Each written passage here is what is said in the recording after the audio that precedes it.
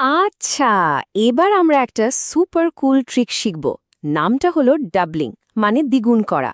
আর এই একটা মাত্র কৌশল ব্যবহার করে অনেক কঠিন কঠিন নামটাকেও একদম সহজ করে ফেলা যায়। কিভাবে? চলুন দেখা যাক।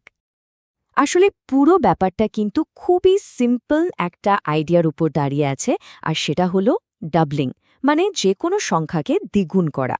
আর দুয়ের ঘরের নামটা যেহেতু আমরা সবাই জানি, তাই এই কৌশলটা ব্যবহার করা আমাদের জন্য কোনো ব্যাপারই না।